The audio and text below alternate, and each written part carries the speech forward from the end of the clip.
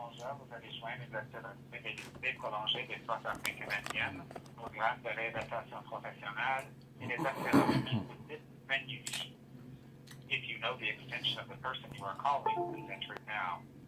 Si vous connaissez le poste de la personne que vous désirez joindre, veuillez le composer maintenant. To continue in English, please press 1. Pour continuer en français, veuillez composer le 8.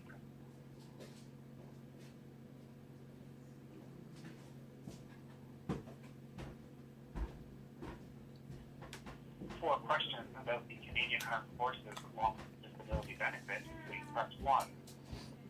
Question. For full details regarding the 2020 CAFLTD benefit payment schedule, please visit the long-term disability section of SISIP.com so that you receive your CAFLTD benefit by the end of the month. For the month of September, direct deposits will be released from Manulife by September 22nd. Please allow 1 to 5 business days for processing by your financial institution. Payments sent by paper check will also be mailed by September 22nd. If you normally receive your benefit by paper check, we strongly encourage you to speak to us regarding direct deposit for your future benefits.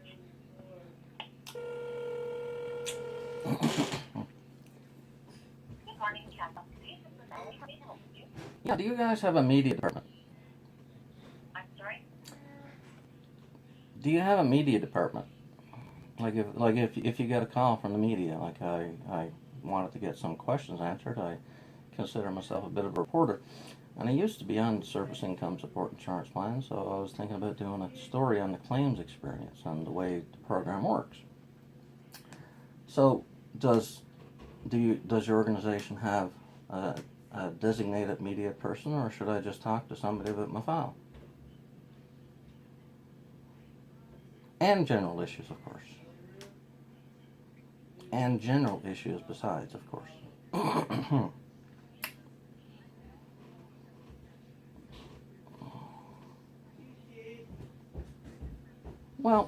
Well, to be honest, seeing I didn't want to call in the first place because all I get is shit and abuse from you guys when I discuss my file in the past. Like anybody but Christopher Anderson would be fine to talk to, but if not, well, I'd even talk to him, I guess. But I'm recording this so I can upload it to my Facebook account later on a video, because I believe that the public has a right to know about the long-term disability insurance program, you know, and the costs and the way it works and stuff.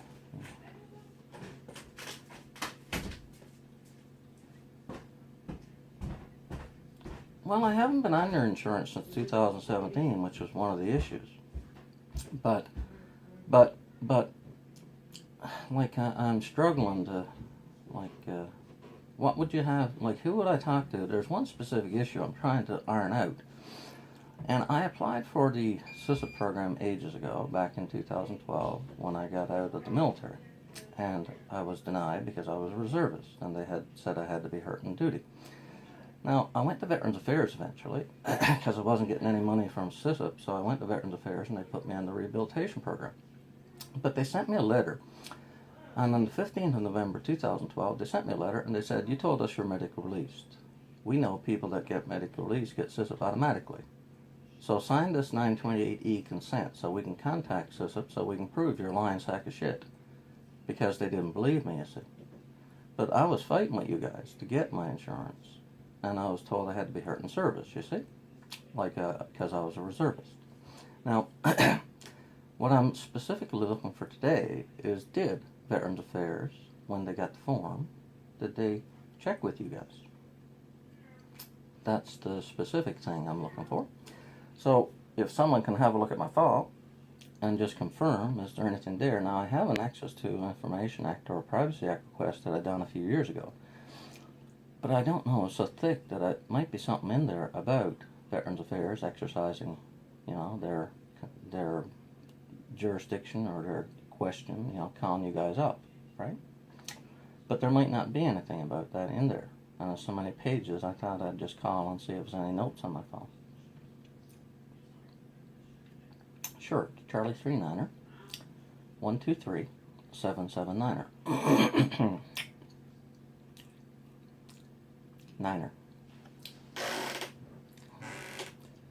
9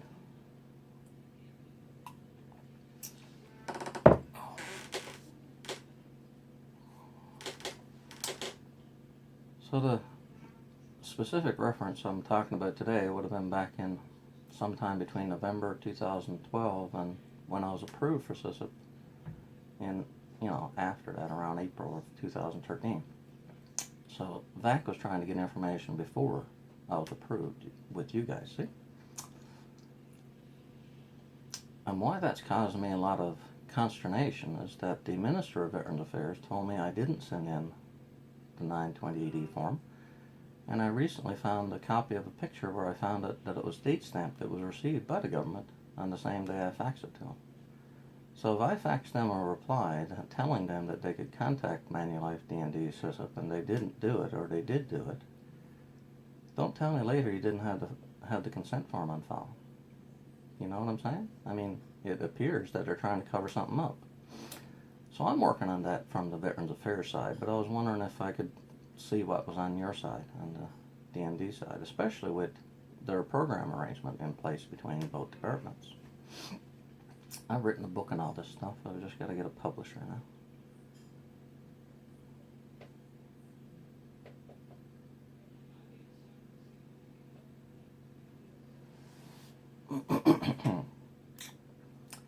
And if it's not too much to ask, because you're kind of multitasking while you're talking to me and looking at the file for that thing I was asking you about, I received a letter last August from Christopher Anderson, and I went to my member of Parliament, and I gave them consent so they could talk to you guys to try to iron it out. Oh, sure. Yeah. Okay, give me a second. I'll get a pen or something and write it down, I guess. Okay, go ahead.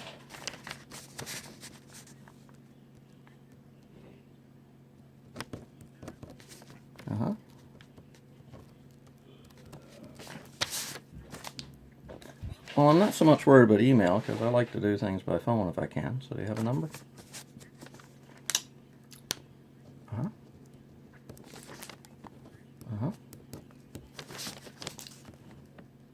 Now, that might be for other things, but while you're looking at my file, I'd like to see if there's any reference to that 928E form having been received. What's that? No. I'm talking about, I might do a story or something, that's one thing, but I'm just trying to find out information about the Veterans Affairs consent form that they should have sent you. So, just like anybody else calling up, right?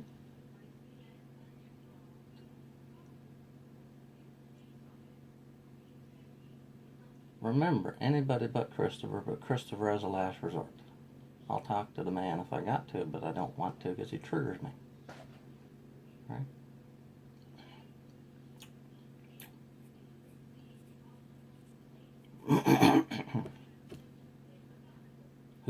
Who?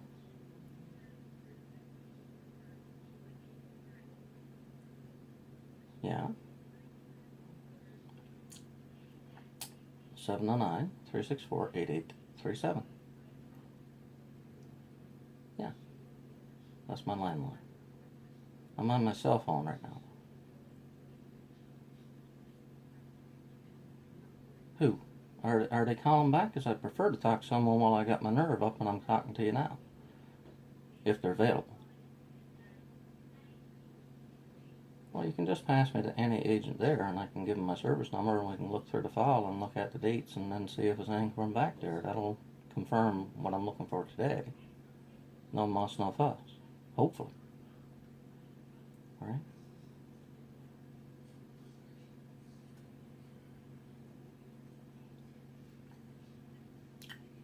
Sure.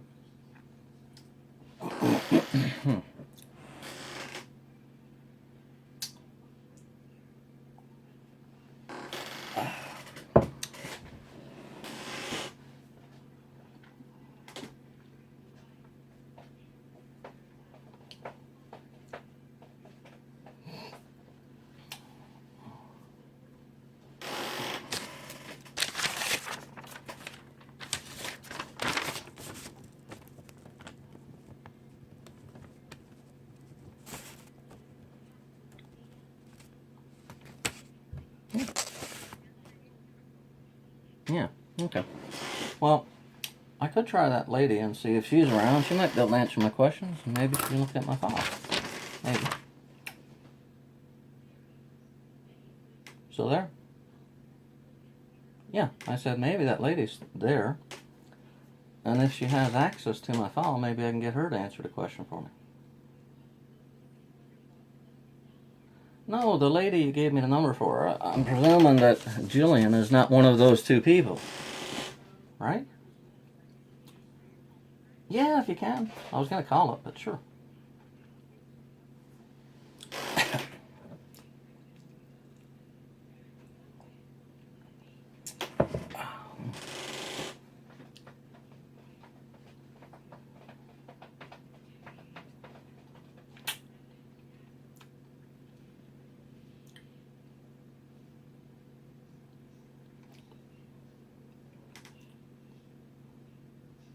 Sure.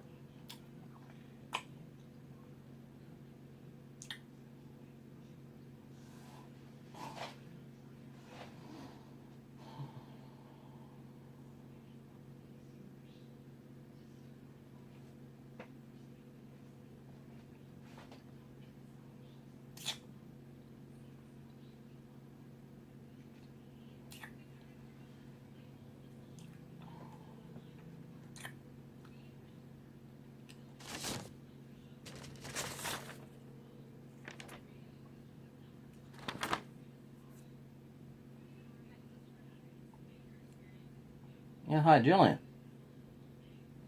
Yeah, hi. I understand you're with the media relations for the Manulife SISIP program or something.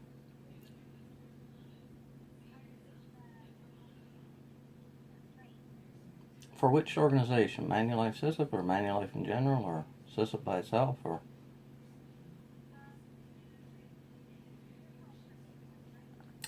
No, I'm calling because I called Manulife SISIP in Halifax and I was looking for, because I consider myself a bit of a reporter, and I'm thinking about doing a piece about the claims experience for disabled veterans who, get paid their long-term disability insurance through the Service Income Support Insurance Plan, which is administered by Manulife. And I'm, calling to get some details about the program and, to see if it's worth doing a piece. And they said that you were in the media relations type thing, that I figured that would be the people to talk to, maybe. Mm-hmm.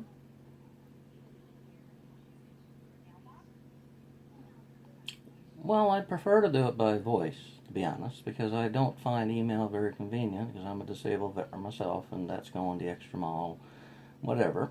I find it easier to pick up the phone, and if I get someone, I get someone. If I don't, I don't, and then I don't have to worry about it. So, we're talking on the phone right now, and maybe we'll arrange for another call if you don't have enough time to do it all today, but there's one particular thing I'd like to look into is on my own personal file, if you can access it. And I was sent a form. Yeah. Mm-hmm.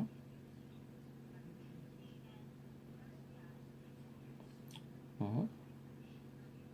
Well, let's back the train up then, and I'll just put the question in the form of a generic um, question. Uh, well, do you know about the program arrangement between the Department of National Defense, SISIP Financial Services, and Veterans Affairs Canada?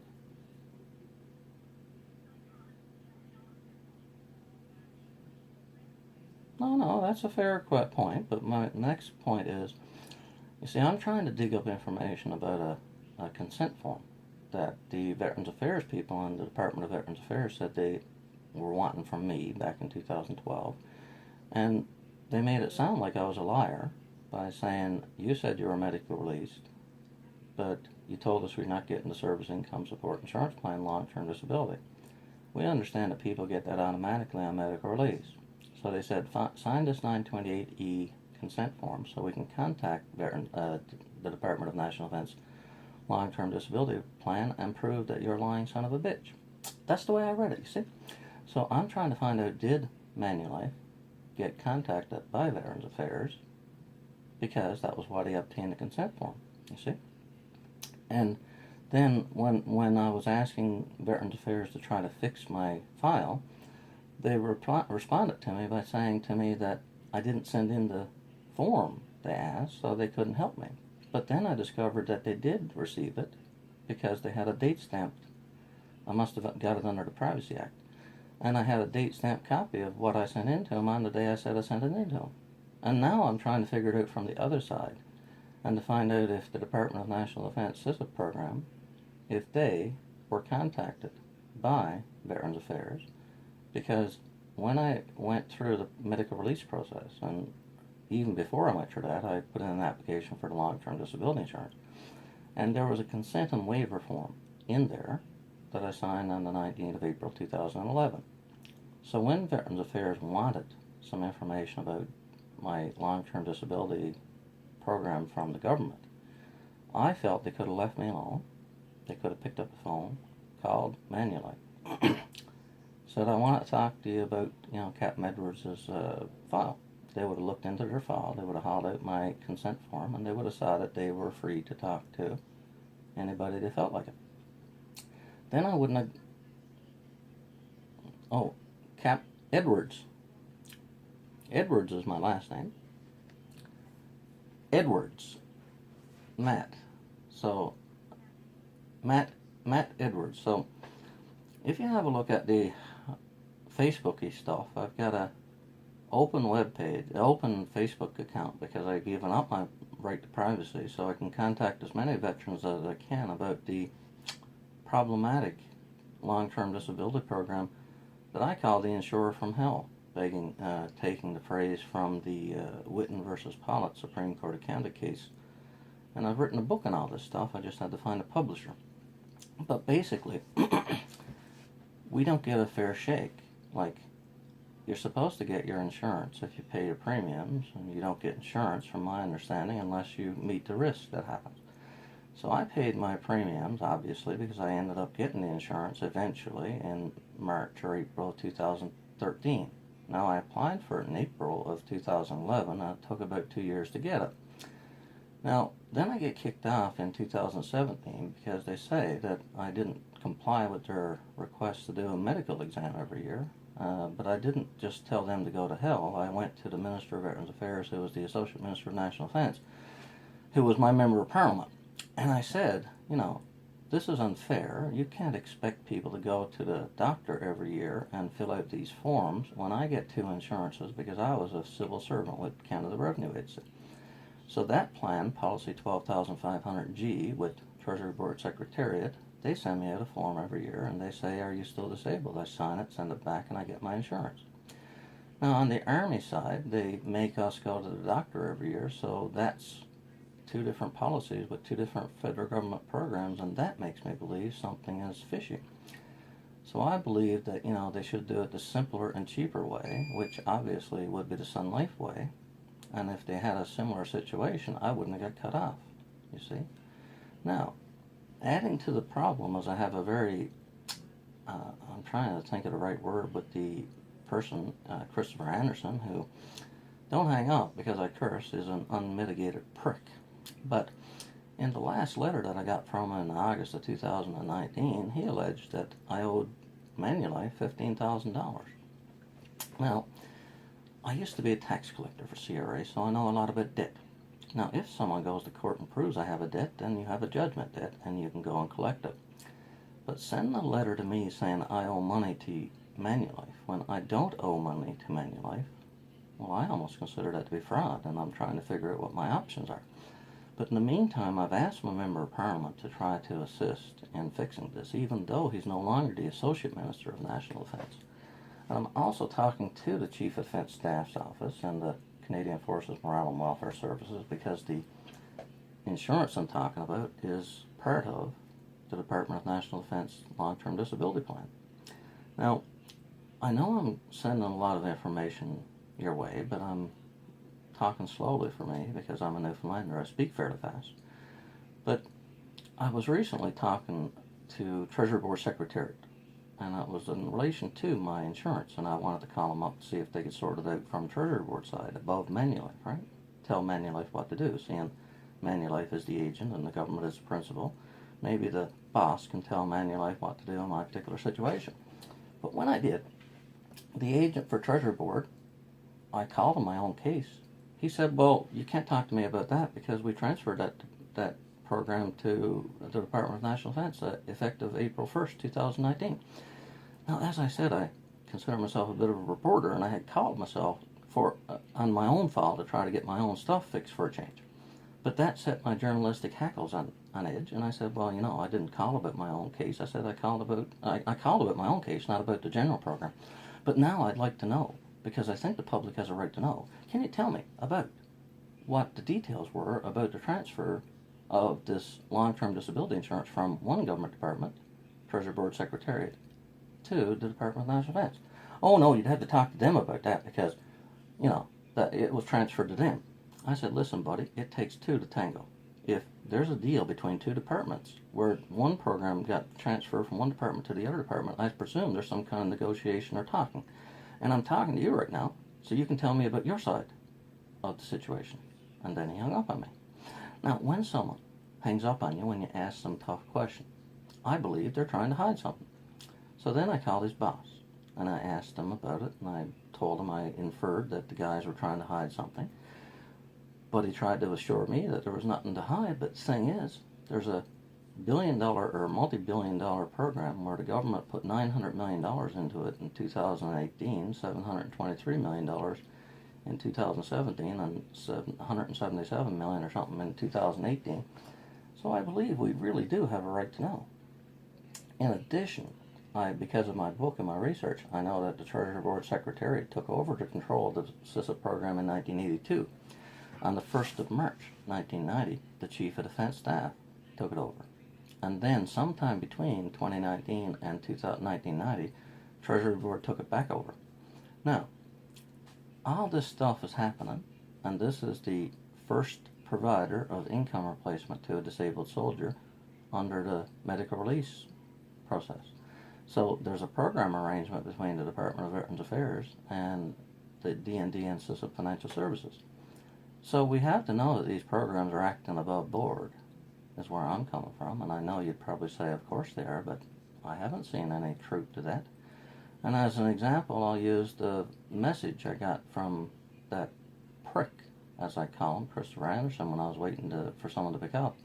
It says, if you're waiting for your calling about your check, the month of whatever is due, and we pay it early on the 20th of the month, that's bullshit. Okay, you have a contract. The contract states that the payment will be made at the end of the month. If you make the payment early, you're breaching the contract. If you make the payment late, you're in breach of the contract. The only thing you can do to stay above board is to pay the payment when it says in the contract to pay it. Wouldn't you agree? I know it might seem like I'm trying to corner you, but if you have a contract and the clear term is that the payment will be made at the end of the month, and then you pay the payment on the 20th. You can't try to put a spin on it and try to convince people that you're paying the payment early. It doesn't matter, because either way you're in trouble because you broke the contract. See? Now, again, I'm not calling just to lord it over you or not, and I'm just saying that, these are programs that, you have to have trust in, public trust in. And when people lie to you, you don't tend to trust them. Right? So I'll give you another example. I had a cost of living allowance, it's called. Don't know if you know the term, cost of living allowance, but that's the term to use in the SISIP policy. And it states in section 24B and 44B that the cost of living on a clawback amount will not be taken into account. Now, when I called to speak to Christopher about that years ago, he tried to cover it up. I said, listen, Christopher, how much are you taking out my Canada Pension Plan Disability right now? He told me, right, $1,073. I said, I guess you're in breach of the contract because Section 44B of the policy states that the cost of living on a clawback amount will not be considered relevant income for the purposes of clawback. Oh, no, the computer used a complicated algorithm to decide how much, whatever. I said, stop right there, Christopher. All I need to know is how much I was originally awarded in the Canada Pension Plan. Then I need to know how much you're taking out right now. If the two amounts don't match, then you are in breach of contract. Stop doing it and pay me the money back. A couple of weeks later, I thought about the same thing for the Canadian Forces pension, so I called him up, did the same song and dance, but this time he didn't answer my question at first. He answered it with a different question. I said, that's not what I asked you, Christopher. I said, how much are you taking out right now, not how much you started at the beginning, because that's what he told me, how much they started at. he told me the answer, and I said, well, you're in breach of the contract again, because the Reserve Force Pension Plan you can't take anything out but the original award according to the contract. Nothing you can do about it anyway, he states. He said, you were in the Manulife class action lawsuit, and they had a cost of living action settlement, and because you're bound by that, you can't do nothing about it anyway. Now, I put it to you, is that a very good way to talk to a disabled and service veteran? Because you had to be disabled in service to get your insurance. No. So I said, okay, Christopher, I'll see about that. I'll call the lawyers that handled the case. And by the way, I wasn't part of that class action. Called the McInnes Cooper, spoke to Dan Wallace. I explained the situation. He said it's an entirely different problem. So I was told by Christopher Anderson that I couldn't take it to court because I was bound by a class action settlement. But first of all, I wasn't part of that class action, so I don't know where he got that idea. Secondly, it wasn't the same problem. So, therefore, there's still an open matter that someone needs to get brought before the courts if they won't settle it up without a court action. And we're not talking a lot of money. For my case, it was about $600, right? But the fact of the matter is that they are systemically across the board violating the contract, you see? Now, I know I'm throwing all this information at you, and you could probably just have a look at my observation post group on Facebook, because I post everything there and the proof with it. So I don't just say things, I prove it. So I post a picture of the policy and then I put a highlighted box around where it says that they won't touch the cost of living. In fact, on that note, at one point when I was talking to the Canadian Public Service or the Canadian Forces Pension about how they should be enforcing the statutory law that prohibits this, like Canadian Forces Superannuation Act Section 83 or the Public Service Superannuation Act Section 10 brackets 10, the lady said to me, you know, at least you get to keep the cost of living allowance on the clawback.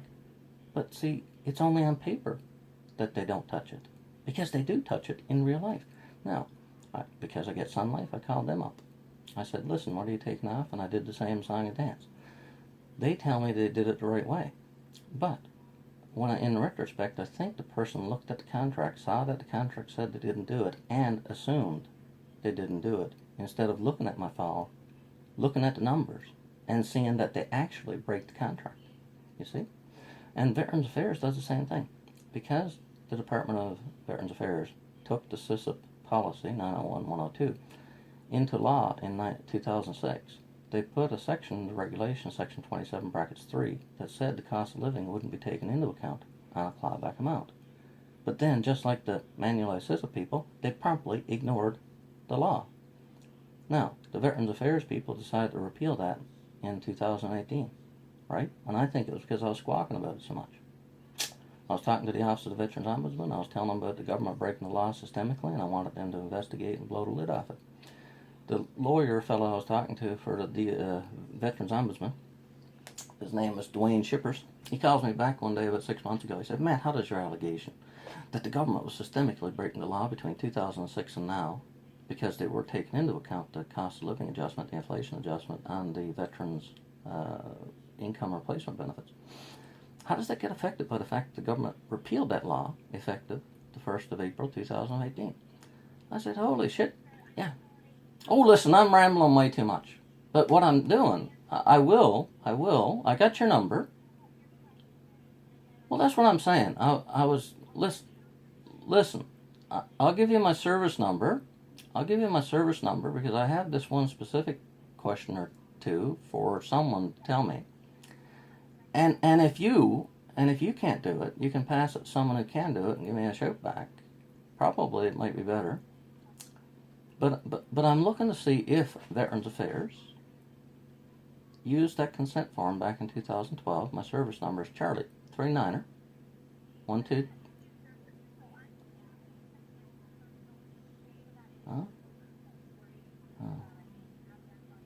Huh? Well, anyway. Okay, well, let's go back to the general stuff. I'd like to know about that contract point I mentioned. I'd like to have an official statement. The question is, why does Manulife believe that it won't get in trouble for paying a payment early instead of late, when the contract states clearly the insurance payment must be made at the end of the month?